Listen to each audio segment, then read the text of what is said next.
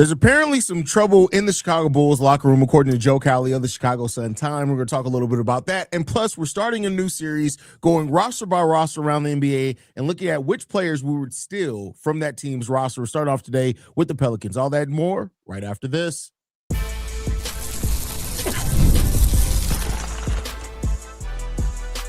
You are Locked On Bulls, your daily Chicago Bulls podcast. Part of the Locked On Podcast Network, your team every day. Thank you for tuning in to Locked On Bulls, member of the Locked On Podcast Network, now the #1 sports podcast network in the entire world. Today's episode is brought to you by FanDuel. If you want to be right in the middle of the action this season, visit FanDuel.com and place your NFL live bets all season long. That is Pat the Designer, host and creator of the Windy City Breeze and host of the Chicago Bears podcast over at ESPN 1000. You can also catch him on Fox Sports as well on Sundays after Bears games. There you go. Added a new thing to the intro there. A little bit. I'm Haize, host and creator of Chicago Bulls Central, Chicago Bears Central YouTube pages and podcasts. Pat, we alluded to it, bro. We talked a little bit about it. And, when we talk about this team, we've said several times that it feels like something else is going on. Joe Cowley wrote an article yesterday saying that there is splinters starting in that Chicago Bulls locker room, and Kobe White, surprisingly, has been the one trying to keep everything together, holding players accountable while keeping up the spirits in the locker room. How do you feel about hearing that there are starting to be those divides with the roster that's been so close basically since it came together after the Zach LaVine trade, and also Kobe White being the one that is showing some leadership in that locker room? I don't know if you got an opportunity to hear, I don't know if it was post-game or maybe pre-game, one or the other, but Billy Donovan's press conference where he said basically until these guys start loving each other and being willing to go the extra mile for each other, they're not going to win. Once again, sounds like the coach is telling you what's happening in the locker room and the players are saying something else. Because right after that, Josh Giddey came out and was like, oh, yeah, everybody in here likes each other. I think we're all good. I think we're all happy. We enjoy each other's company. I mean, I enjoy a nice bit of basketball with these boys. Like, oh, listen, there's no way. A little bit of basketball. Bro, is there like a McDonald's bag right in front of you? I'm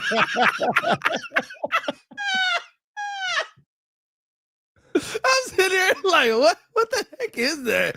But no, like the to me, how could you not? You're 3 of 18 now in your last 21 games.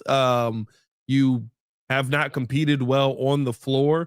110% speaks to a team that would have some splinters in there. You want to know why? Because I'll bet you the splinters are probably coming from the guys that give a crap about what's going on the court, going, why aren't you trying to play harder?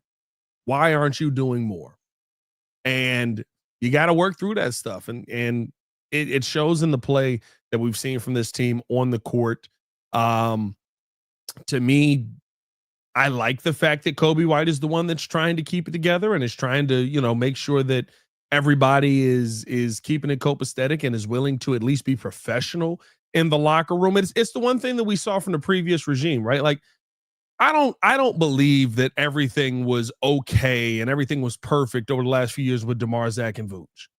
But I do believe that at least all 3 of them were professional enough to say, you know what, it's my job to go out here and try and play as hard as I can and try and win basketball games. The bottom line most nights was just you weren't talented enough to win a lot of those games, or you didn't have a system that really spoke to winning in the modern NBA. Now we don't say that. Now we have a completely different system. And now it's probably some of those guys that went through those years with DeMar, Zach, and Vooch looking around going, we can't even be professional and slide our feet defensively. Like, I understand that there would be splinters here. And I think that's how you weed some of the problems out in the locker room. Yeah. I mean, listen, if you're seeing this, and keep in mind, like a lot of these guys with 7 players that are in expiring deals on this team, right? So some of those guys naturally could just be gone. Maybe that's causing a little bit of unsettledness as well as far as their futures. And they're seeing, hey, this team we're starting to suck again. So where it looked like I may be getting a decent payday, that's starting to slide a little bit. But I think when you lose, it tells you a lot about your team. Like winning tells you stuff about your team as well, but when you lose, it tells you a lot about your team. It tells you a lot about your personality, and that is when you need somebody to step up. Say what you will about Vooch being the vet on this team. Kobe White's the longest tenured Bull. He's the one that's been here the longest of any player. So he's been here since Jim Boylan, through Billy Donovan, through the different phases of Billy Donovan, all of that, right? So it makes sense that Kobe should be the one that steps up a little bit and is like, hey, listen, man, like he's seen the hell that was the Jim Boylan era, right? So if things start looking anything close to that again, I expect him to be the one to speak out against that. And hopefully the Bulls use this time off to rediscover that, because Pat, the finish of last season after the Zach LaVine trade, I remember that there was a little special thing that I don't know what to call it, that they recorded, they posted to the Bulls YouTube page, and it was Trey Jones, Kobe, and Josh Giddey sitting down talking about how close they were. And Trey Jones had been there for like 2 weeks at that point in time, right? He hadn't even been here long. So these guys clearly like each other. You just gotta refocus, get it back together if you want any chance of salvaging this season. And if you can't, to me, a lot of heads got to roll at that point. A lot of heads got to roll regardless. And you know what? I'll say this: as much as I've been cooking this team over the past couple of, pretty much this entire month. Good to hear somebody cares. Good to hear that the longest tenured Bull on this team cares about this team, cares about the future of this team, cares about winning, cares about, you need somebody to care about something on this team. And we just haven't seen that play out on the court. We've seen it from a couple of spot pieces, spot players, but for the most part, it does feel like, it feels like what is being reported we're seeing. And I don't even think we're hiding this behind closed doors. This isn't even a shock. This literally comes on the heels of Billy Donovan calling out the team for not being connected enough. Yeah. So it's one of those things for me where it's like, it's good to, it's crazy it is to say, good to know Billy Donovan cares. I know a lot of Bulls fans have questioned that. Good to know that Kobe White cares. I think Giddey, I don't know. Giddey seems like a, hey, let's go with the flow kind of guy. I think he's more of a leader on the court than maybe the locker room voice. You know what you need? Let's be real. We need, who's punching? Who's throwing hands? We got nobody on the team that's throwing hands. Dalen throwing hands probably, but it's for no reason. It's like somebody took his candy. No, listen, no. That time Dalen was ready to throw hands with Isaiah Stewart told me a lot about Dalen, but he's just not that good, bro. Like I keep going back. All these things are good, but you need somebody who's also good and do these things. Yeah, it was like when Joakim was going to throw hands, it was like, all right, well, he's kind of the leader of this team, so yeah, he might actually punch me in the face. Exactly. It's a little bit different when it is. That's why, when Dillon Brooks was available as a free agent, I was all for Dillon Brooks coming to this team.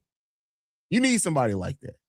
I didn't believe in Dillon. Dillon Brooks turned into a better player than I thought he was. He's turned into a better player, a better basketball player since leaving Memphis. Absolutely. Yeah, like I was like, Dillon Brooks can't really shoot, and everybody says he's a shooter. And I was like, but he shot this and this thing. And then he left and became a really good shooter. So maybe I would have wanted a Dillon Brooks. Dillon Brooks always feel fake, though.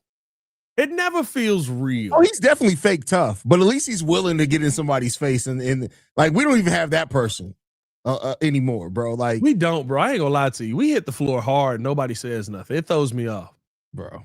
And I feel like Io be like, not to say Io is fake, but kind of the same thing where he be like, somebody's got to do it.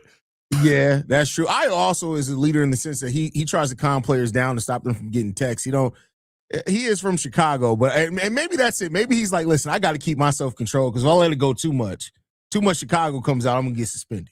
Well, I think that is true, but I also think like, is there a thing with Io where it's like, I feel like Io's the friend who can fight, but is always confused when a fight starts because he's like, why are we here? Like that one crazy friend throws a punch knowing that you're there. He's like, all right, I don't know. But yeah, so overall, it's not a good thing to hear, but this shouldn't be surprising to anybody to hear that there's stuff going on in the locker room. Because if you've been watching this team, looking at it, this now just confirms like, okay, yeah, we've seen that. This makes sense. Yeah. So hopefully they figure it out. I think this is a first step. I'm glad that this is happening pre-trade deadline because that means you can get people out of here.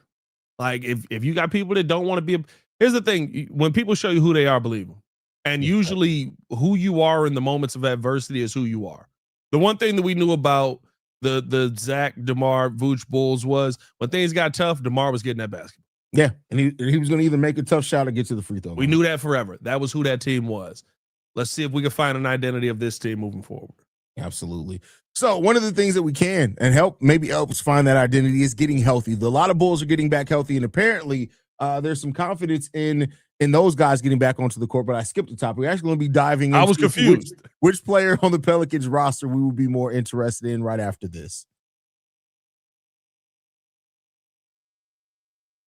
I wasn't there. There it is. NFL Sundays move fast. One big play, and suddenly everything feels different. That's what makes live betting with FanDuel so exciting. You're not just watching the game, you're reacting to it in real time. With FanDuel, you can place bets as the action unfolds. Every drive, every momentum swing, every highlight moment. Live betting is best when the game starts to shift. A receiver gets hot, a defense tightens up, or the momentum flips after a turnover. FanDuel lets you jump into the moment. Live spreads and money lines adjust instantly. Player props update as guys heat up. You can bet next touchdown scores, drive results, totals, and more. It keeps you locked in every snap, every drive, for every possibility. So if you want to be right in the middle of the action this season, visit FanDuel.com and place your live NFL bets all season long. FanDuel, the game moves fast, and so can you, a.k.a. Mariah Mills. More Locked on Bulls coming up next. Zion Williams and porn stuff. Your board's a little low there, but I heard it. Wake up, Steven. We're starting this new series. We might as well, especially with the Bulls having time off and the roster sucking, is looking at every NBA roster and which player we would be interested in the Bulls trying to acquire from that. Now, luckily, we're talking about the Pelicans today. It's actually come out that the Pelicans are open to trades on Trey Murphy, Herb Jones. They do want multiple first-round picks back, multiple picks back. I don't know it's multiple first, but they want multiple picks back for those guys. And we already know Zion is available as he's been now for probably about 18 months. Pat, when you look at this Pelicans roster, Herb Jones, Trey Murphy, Zion, who would you want the most off that roster to help this Bulls team? I mean, listen, I don't know. I love the report that came out that basically just said, you know, we'd love to go we'll take whatever we can for Zion Williamson. like if you give us a loose ham sandwich and Mariah Mills, we'll take that back for Zion Williamson. I do think there's a little bit more of a market for Zion, but in a realistic world, I think there's a real conversation between both Trey and Herb, and it just really depends on how confident you are with what you have with your team. To me, when I see a guy like Trey Murphy, his usage rate right now, second highest of his career. He's proven to be an incredibly efficient scorer. More time on the court for him has led to more turnovers this season, but I think that's kind of just the natural progression of things. And the one thing you can always say with him is he's got that big playmaking ability versus Herb Jones. I think the best way to break them down, Trey's a player that creates advantages. To me, Herb is a player that finishes advantage. I like that. I think both these players help the Bulls in different ways. If you replace, for example, Isaac Okoro with Herb Jones in the starting lineup, you instantly get better defensively. Right? 100%. 100%. And he has the ability to hit a 3-point shot. I think a lot more reliably than Kevin Huerter. I think a fast-paced system would suit him well also. Now, it doesn't I want to word this the right way. I don't think it drastically changes your ceiling, but it does refine more what helps you win basketball games. You get Trey Murphy the third here, though. And if you're able to keep your core together, meaning that you're able to keep Giddey, Kobe, add Trey Murphy in there as that 3, even if I hate saying this because Bulls fans take this and run with it. Even if you did replace Trey Murphy with Kobe, you put Trey Murphy at the 3, start Ayo at the 2, that does something to raise your ceiling a little bit. I think Trey Murphy is a very consistent player. I think off ball, on ball, he scores very well. He's a really solid defender. Also, his defensive numbers have all taken a hit this year, but that's because the Pelicans are absolute trash defensively this season. But I like either one of these players. I think both these players help the Bulls in ways that they clearly need help this season. Herb Jones is 27, I believe. Trey Murphy's 25. So there's not that far off the timeline. Trey Murphy's right in line with the timeline. Herb is a little bit older, but not to the point where it's not like you're trading for a 30-year-old player. I would like either one of those players. The Zion part of it, Zion is like, if you want to completely take a shot at adding a star that you get out on, that you have to change the way you play. I think quite feasibly for Zion. The other two, they kind of fit more seamlessly in. But I mean, the Zion's going to take a lot. They reportedly want unprotected first for Zion. I think Trey and Herb Jones are less cost for entry there. Yeah. But I like either one of those guys, to be honest with you, on this roster. What I do like about here's the thing. Listen, I got to give credit to I guess a competitor, but Matt Peck said this on CHGO. Would you rather have a superstar player when he's on the floor who sometimes is hurt, or would you rather have a bunch of role players who almost never get the star level, who are often hurt? And we're kind of dealing with the latter of that situation right now. Like when people are like, I don't want injured players on this team. It's like, have you seen this team? Have you watched? Like, have you seen the start to this season? Did you see last season? Did you see the season before that? We got the injured players. At least when one's on the floor, there's some star potential. But I do agree with you. For what you'd have to give up for Zion, I think I'd rather go upside on a player whose floor at a minimum is a really good. Can you call Trey a two-way player? Yeah, you call Trey a two-way player. Trey's a two-way player. He's not really an on-ball. I can understand people concerned about the defensive aspect because it's taken a big slide this year. You look at over his career, though, he's been a pretty solid defender. But he's not really, I think here's the thing. He's not an on-ball lockdown defender. He plays the passing lanes incredibly well. I think that we won't have to ever talk about him, sliding his feet and being there. I think he's an amazing weak side defender. I think he does a great job with deflections, and that he is a guy that you always have to worry about on the chase down. He has proven to be that throughout his time. But I don't think that he's not Lonzo Ball on the defensive end. He's not somebody that you can say, I need you to go lock him down. And I think that would be the concern there. But to me, when you look at Trey, the upside for what he could be offensively, like he's getting some of the best usage of his career, second best usage of his career. His points have gone up considerably. The on-off numbers favor him. Like, you start to say, okay, is there more to this young man that maybe is being hidden by some of the other pieces that have been around him throughout this time? I mean, you look at it, and I mean, he's going to have to deal with that here too, right? But like, you look at it, he's never been a guy that you would say is featured in the offense, right? No. Like, either Zion's been healthy, or you've had, now there's guys like Jordan Poole there. Like, you've always had guys that are kind of higher of him on the pecking order. But I do think it's something that you pointed out early in this, that when he's been asked to do more, he's actually done more, and the efficiency has, like, it's easy when you're asked, go take 8 more shots. Of course, you're going to probably score more points in that case, but the efficiency may take a hit. Trey Murphy's efficiency has stayed relatively the same, even when he's asked to do more, which is a good sign that there's upside there. If there's a world where they asked to give one of the pieces that is on this team, a Kobe White, an Ayo Dosunmu, along with draft capital, to make a trade for Trey or Herb work, are you living in that world? For Trey, yes. Herb, no, because Herb is just defense.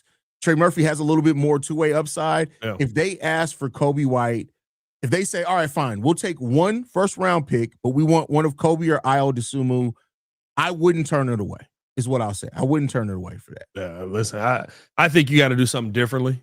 I don't know if I see star potential for Trey Murphy, but I think the part that you have to take into account with all of these guys is, what is he with Giddey? Like, having a real point guard. I mean, has he had a point guard? No, you had CJ. I mean, he had DeJounte Murray, but DeJounte has basically not been healthy since. Yeah, I was going to say, for what, like 15 games or 20 games that he played down there? I mean, that's a great point too. He's never played with a creator like Josh Giddey. Never. Oh. So, and he's not old enough for Rondo. They would have overlapped. He might be old enough for Rondo, actually. So maybe, I guess he played with a point guard. I mean, because he would have got drafted. I don't know how long. Zoe too, right? Didn't they overlap 1 year? No, I think he came in the year Zoe came here. Maybe. I think that was his rookie year. So, what is his rookie year? Rookie year is 2021. So definitely not with Doe. That's crazy how young this mug is. But hey, we'll see. Well, I think that those are two names that should be at the top of the Chicago Bulls list, no matter what. Even if it is just adding a supplementary piece in Herb Jones, or it is adding somebody who you think can be a focal point of this offense in Trey Murphy. I'd love to see, both of those options here, and we'll see what the Bulls end up doing. We got to get into this final topic, though, talking about the Chicago Bulls getting healthy and if that's going to make a difference moving forward.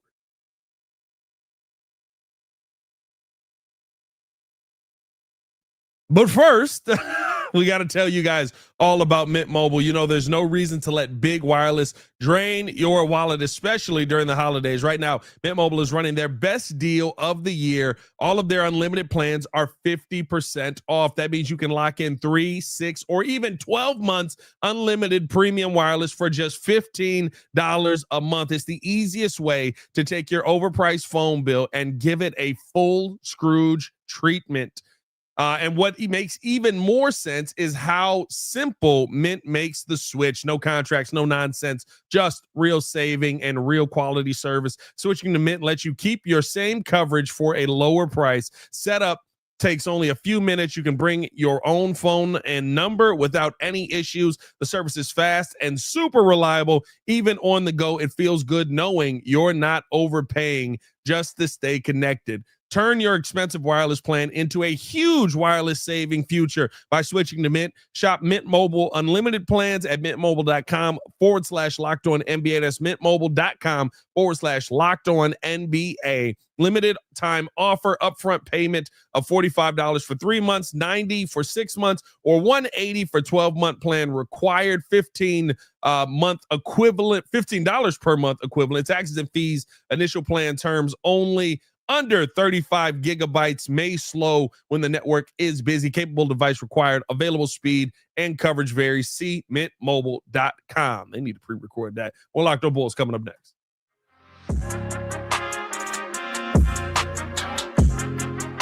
All right, Pat, before we get out of here, we've had a few injured Chicago Bulls. Of course, Jalen Smith, Trey Jones, Isaac Okoro, all these guys have been out. Kevin Huerter as well. And reportedly, the Bulls are using this, extended time off where they have 4 days off to ramp those guys up to see if they can take the court when the Bulls get on the court Friday or Sunday. They're looking for those guys to make the return between Friday and Sunday. How do you feel about, the Bulls ramping those guys up, getting them back healthy, and maybe the Bulls? I think that the issues are deeper than health, but health is definitely something that can help this team, hopefully as well. How do you feel about that, Pat? I don't know if it helps the team. I mean, listen, you had your pretty much your starting lineup in there yesterday, or what was that, Friday? And that was Sunday, and you got your butts kicked. So, there's a lot more to me that needs to go into it to helping the team. You also pretty much had your top 6, but what I will say is that it allows Billy to kind of play with the rotations a little bit more and maybe get guys in there who give a little bit more of a damn. Like Jalen Smith in his time on the court, Kevin Huerter in his time on the court. Kevin Huerter was somebody that we talked about often who would come in and give you really good effort defensively.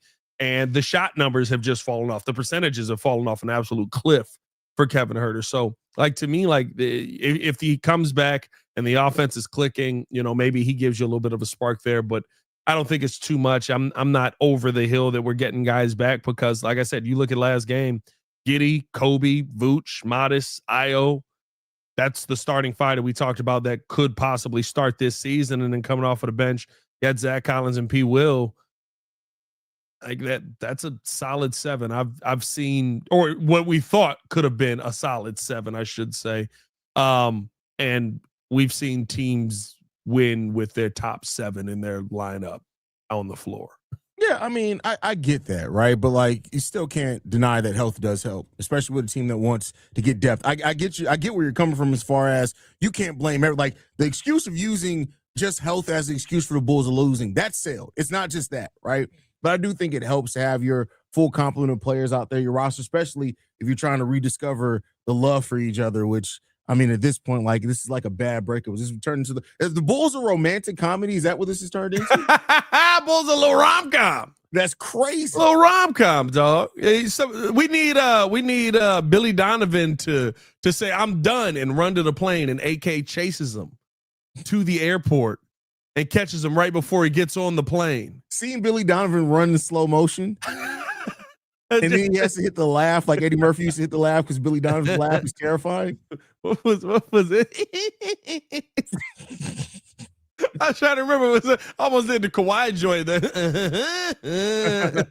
But that wraps it for today's show, man. We want to hear from you guys, though. Which team and roster would you like to hear us talk about next? We're going through each roster in the NBA. We would love for you guys to leave comments on which team you would like to see us discuss players on the roster that would be interested coming to the Bulls. But go ahead and close us out, Pat. And follow us on everything at Locked On Bulls. You can follow me on everything at Pat the Designer. Appreciate y'all for tuning in and showing love. The Bulls don't care, but we do.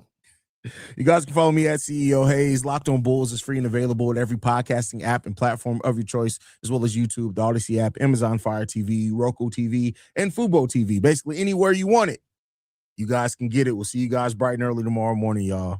Peace. It got to be the freakiest closeout in Locked On Sports.